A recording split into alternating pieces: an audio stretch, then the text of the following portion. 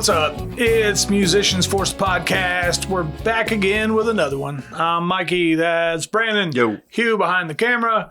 And we're half of Harlem Hayfield. We're Harlem Halffield. But anyways. Dude, I went to the it's weird saying it. I went to the first gig fundraiser a few weeks back, and I did not have a hand in it at all. We weren't playing in it. You know, we just didn't have a hand in it. So I was strictly there to enjoy myself and hang out and see people and stuff. And it's just weird how, like, you can't help it. When you walk in, you're like, I would have put that table there. Oh, yeah. I would have done this. Blah, blah, blah. Everybody has their own way of doing things. And I'm not saying they did anything wrong. Darren and Pete did a great job. But it's just, you can't help but kind of like, well, if it was me, but then you're thinking like, it's not me. You don't want this. You don't want this smoke. I know. You don't want picking up prizes for 6 months and blah, blah, blah. But it was still good. I feel a little bit of that myself. Yeah. Just a little. Well, what I always did was there's like 5 avenues of making money easy on a fundraiser around here. And we did a ton of them. Back when the AIW Hall was open, you know, everybody that got an offender bender, there was a benefit for them, and everybody would come together and get prizes and stuff. But you got like your door admission, your food, your raffles, your auctions, your bake sale, like straight up sales. Cause you got like shirts, people do fundraising shirts and things like that. But some of that stuff wasn't out there. And I was like, I want to buy raffle tickets, but there's no raffle baskets. Or, you know, yeah, leaving money on the table. There's some growing. Have some growing pains making the transition. But no, I talked to Darren after it was done. He said they did great, and he may do like an open mic type fundraiser closer to camp time and stuff when, you know, maybe down at Brewworks or something downtown. Just gonna have to let the new team just kind of do their thing, how they do it, you know. And I'm perfectly fine occupying my time other ways. I'm happy that it's carrying on. But what was okay? So you guys had a lot of fundraisers. You had a fundraiser up before our album release show in Chicago, or your neighborhood did. Yeah. So you guys do that quite often up there too? Like everybody come together? And, all right. So here's a question, because I know you've been at a ton of fundraisers too. Mm-hmm. What's the craziest thing you've ever seen up for grabs? And what's the craziest thing you ever won? I don't think I've won much. No? I'm trying to remember. I mean, I'm sure like little prizes here and there, but like nothing, you know, I never got like personal an Xbox when I was a kid. Personal or pan pizza from like Pizza Hut. Yeah. I mean, the weirdest thing that, you know, jumps out to me is just like guns, you know, just being like, we're getting shotguns. It's You know, there's been some guns raffled off down here too. Yeah. Sure. Yeah. Actually, now that you say that, like I've been to a few. Because a second ago, I was just thinking of like music stuff. But since he said guns, like I've been to some other fundraisers where there's stuff like that, you know, wouldn't fly. I mean, like, yeah, you know, or like it would be like a weekend in a duck blind. Chris, you know? Chris said he played a fundraiser, and one of the prizes they were raffling off a pit bull puppy. Damn. That's pretty awesome. That is so delightfully Decatur, dude. I love that. It's like you win the Percocet door prize. I was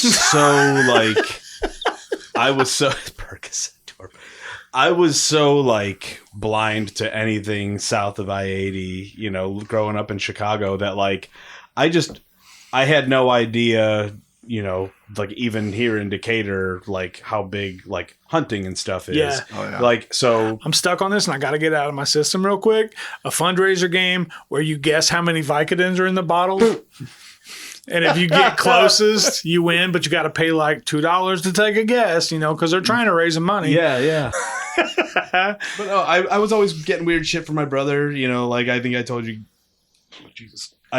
guys about when I bought my brother like a bunch of knives or whatever. Yeah. Mm. And so freshman year of college here. Were these usable knives or were these like... Oh, yeah. And pretend you're a Viking or a ninja. No, these were like... Okay actual... fuck it for the podcast. Is a guy stabbing him into a log in late night television? Yes, yeah, there were those ones. So I was in high school or maybe it just started going to Milliken. Yeah. And me and my brother, every once in a while, we would go to Chinatown in Chicago, and we'd go to like one of the shops, like kind of like the off the wall shop at the mall, where it's just a bunch of super cheap, they're sharp and dangerous, but they're not like high quality. Yeah.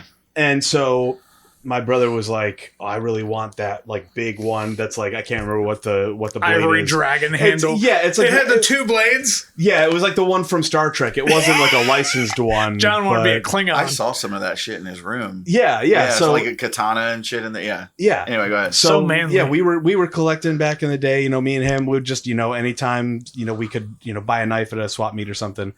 And so he was like, I want that big one. It was like $50. And I was like, all right, I'm going to save my money and I'm going to get him this thing for Christmas. It's going to be awesome. And so I showed up and they were like, we're having a sale. It was like, buy one, get two free on butterfly knives. And I was like, I want every fucking butterfly knife you have. I put down $50 and instead of buying the one thing, I got like the wavy butterfly knives with the Damascus pattern. I got like a paratrooper knife. I got a bunch of switchblades. I got a set of cards that were throwing stars. 7 or 8 butter knives. And so I just had this giant box of knives. And I went to the thrift store. I got a pink teddy bear. I cut it open. I stuffed it full. It was like 10 pounds. And then I sewed it shut. And then I like... Every time we do this, I swear to God, I'm like, no, he was a psychopath. Oh, man, you never fucking ever... He filled a teddy bear with knives for his brother's Christmas present. Yeah. And so then I like wrapped that in duct tape, wrapped that and stuff. And then... Look how proud of himself there was one knife that he was able to open. And it was just like, all right, use this to get to the rest of your presents. And my mom was just like, Jesus, how heavy is this thing? I want him to murder that bear for his prize. He was probably like 10. Happy birthday, Jesus. Getting 50 knives for Christmas. That wasn't even what I was trying to tell you about. When I went to Milliken, that's what we do here. I was like, I'm going to buy him a bow and arrow. That would be really funny. And so I was trying to like mess with the guy at Walmart. I'm like, oh yeah, I want to get my brother a bow and arrow for Christmas. And he's like, okay, I'll show you. And I'm like, yeah, he's 10. And he's like, okay. And I'm like, he's letting me buy a weapon for a 10-year-old. And I'm like, yeah, he's going to use it to shoot rabbits and squirrels, which in Chicago means you're a psychopath. And I'm trying to like red flag this guy into going, I'm not letting you do it. And I'm like, oh yeah, he's gonna kill a bunch of little animals. And he's like, what else? They probably deserve it. Yeah. And I remember they had it coming. And after living here for a while, I was like, oh yeah, that's like being like, hey, do you have a meat section? I'm gonna cook an animal and then I'm gonna eat it. Yeah. Anybody? Like they're like, yeah, you're supposed to. Yeah. I couldn't believe it. I was just like, oh, okay. I'm from not around here. You were talking about, going to the benefit and being like, man, I would have done that, and having that like that ego that like can sometimes get you into trouble. And it was just when I first got there. Yeah. But then it kind of like, man, I gotta say, just enjoy yourself. Go ahead, Hugh. You say what you gotta say. Well, I was gonna say like because I mean we're all older now, but I have situations when I was younger where that ego led me to like take on jobs that I had no business doing because I'm like to do or even wanted to do. Yeah, but being like I could do it better. I'll do it, and then being like I don't even like this. But that ego was like, I could do it better. I was just getting ready to say, I've been working on that for myself, stuff like that. And we are older now, and sometimes it's still hard. Like that. You see where the parents and the grandparents get it from. It's like, what you should do is this and this and this. And like, they have to insert themselves. And dude, like it's just human nature. There's a lot of times where you do that. Sometimes it's just because you're so used to something being a certain way, or you do think you have a better idea, and you'll just spout off before you even think I'm going to end up with this job, and you know what I mean? Yeah. And I do it with construction stuff still, like where I'm like I'll see a company truck that I know the guys or something, and I'll be like, man, those guys do shitty work, whatever. Right. They shouldn't know. I could have got that, I'm like, I don't even want that. I just want to write songs. You know what I mean? I just want to go on tour again and again, and I want to write songs and go in the studio. I don't want that job. I don't want to do that shit anymore. But I have a hard time. Well, another thing is, and I will chalk up some of my inner monologue at the fundraiser to, you guys seen how those things run. I run my ass off and then get up and play real quick and then get back to running my ass off. So part of it was that. Part of it was walking into a situation I'm very familiar with and the goal. I know everything that's going on, but I'm like, I don't need to be doing anything right now. I feel guilty for not doing anything right now. But no, wait. You should probably tell anybody who's listening that this fundraiser is for the summer camp, the music camp for kids. It's the first gig fundraiser that we did 10 years of camp. I did 10 years of camp, so I did 10 fundraisers just with that. Yeah. And then I always helped out with, like back in the day, I was Homeward Bound and all those. Dude, the first band I had, I was in Neverland, but before that I was in .08. And that was me and those guys, basically our first bands we'd ever been in. And we were all like 30. We just got a late start to the music scene or whatever. I've been there. We're getting, Hugh knows what's up. Yeah. But we got a chance to play the Dan Singer benefit, Jeremy's dad. Mm-hmm. And we're like, oh shit. Every band, Gutter Bound was on there. Fucking C4, River Bottom. Every big band in town at that time, cover band wise, was on this thing. And we're a fresh new cover band, played in Decatur maybe twice. So we're like, oh, dude, we're going to go here. Everybody in town's going to be here. And then they're going to know who we are because they saw us at the big benefit and blah, blah, blah, blah. It's going to be dope. So the day of, we're playing early. You know how it is. When you don't have as big of a following, they put you early. You can get the walk-in crowd. That happens over and over and over. It's a cycle. You work your way up to later in the show. Every time you take a step up, you become the first band again. Yeah. And then you get to the next level and you become the first band again. Yep. And you're at the very bottom of the flyer, but go ahead. Yeah. Bigger festival, smaller print. Yeah. We're always going to be openers, but we're going to be openers for bigger and bigger shows. Remember when we were at Logfest and we were right next to the food trucks on the very bottom? Yeah. The first time we played. It looks like Legacy, we're opening for food trucks. And I was like, I don't care, dude. I don't care. We're on the thing. We're on the shirt. We're on the flyer. And it's right next to the food trucks, but I don't care. Yep. We're opening for food trucks. And then we ended up playing the main stage like years later. Yeah. Mm-hmm. Go ahead. You work your way up. But okay. So we're all stoked about this, right? One of our guys, I'm going to try to not name names because I don't like incriminating people and shit like that. At the singer thing? In my band. Oh, okay. So we're all over at our drummer's house, getting loaded up. He's loading up the drums, blah, blah, blah. Haven't seen our lead guitarist. Haven't talked to our lead guitarist. He won't answer his phone. None of this. It's like we play at 2. It's like noon. We need to be getting there, getting our stuff loaded in, getting ready to go. This was your first show? This was our first show in front of everybody. Okay. We played out of town. We played a couple shows in Decatur, smaller shows, but this was our get in front of everybody that comes to shows show. Guitarist shows up about 12:30. Hasn't been to bed. Ooh. Hammered out of his fucking mind. And he's like, no, that's good, baby. We're going to do this. It's going to be all right. It's going to be good. We're going to do this. And we're like, we're going to get energy drinks and coffee and punch you in the face. And we're going to put you back into shape. Oh, God. And we're like, it's too late to back out of it. I mean, we're an hour from playing. God. So we're like, we'll get through it. And we got on stage. He did not miss a riff. No shit. He did not miss a note. As soon as we were done, falling off the stage, you couldn't comprehend what he was saying. He had a Michael Jordan flu game. He went into autopilot and just hit every note. And then, no shit, after we were done, everybody else in the band's hanging out, networking, talking to people, all that stuff. He goes and crashes in the back of a pickup truck, goes in the back of the bed and goes to sleep. And that pickup truck belonged to Chris Lorash. Oh, yeah, I've heard that story before. Yeah. So I knew Chris. I originally met Chris when I sold him a vacuum cleaner. You probably sold it to his wife. I wasn't even in music. I got her sold on it. Then he came home. You scumbag. Yeah, I was. I did not know you. That's how I first met him. Hey, before we get into vacuum cleaners, will you grab me a beer out of there? Yes, please. So yeah, this guy passes out in the back of a pickup truck. Turns out it's Chris's pickup truck. I knew Chris because I sold him a vacuum cleaner. Like before I even got into music, I was doing door-to-door vacuum sales, and I shampooed their living room and stuff like that. Kim was home, and then I talked. Actually, no, I think Chris was home, and then we had to sell Kim on it. That might be the case. I can't remember. That was like 20 years ago. But so yeah, this I knew. Is blowing my mind. Well, because of that, I knew Chris going into there. I just didn't know him from a musical pure standpoint, and I knew where he lived because I sold him a vacuum. So I was like, "Hey, I know you don't know me that well, but my guitarist is passed out in the back of your truck in the bed." He's like, "Nice." I'm like, "Yeah." He lives over by you.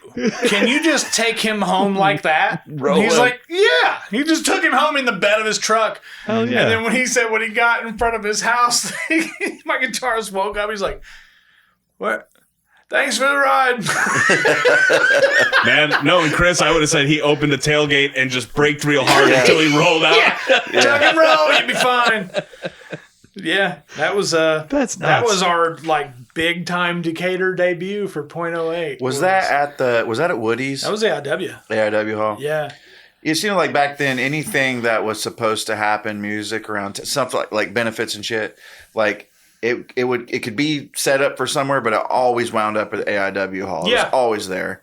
When that happened, the Dan Singer thing, that benefit, Lorash had said to me something about putting Crazy Marvin back together, which like is my reunion? old band from a long time ago.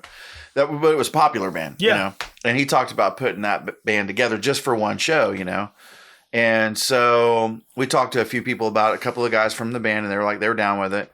And then Jeremy, who was Dan's son, who also played in Gutterbound, he was like, I don't know, man. I don't think that's going to draw, you know, whatever. And he was the one who kind of started it. I love Jeremy. I'm just saying. He was the one that kind of like started like, I don't know, man. I'm not sure about this, whatever. And it made me think when he said that, I was like, because actually Jeremy played in Crazy Marvin at the end of it too. So like he knew the songs and shit. He knew the band. He liked the band. Yeah.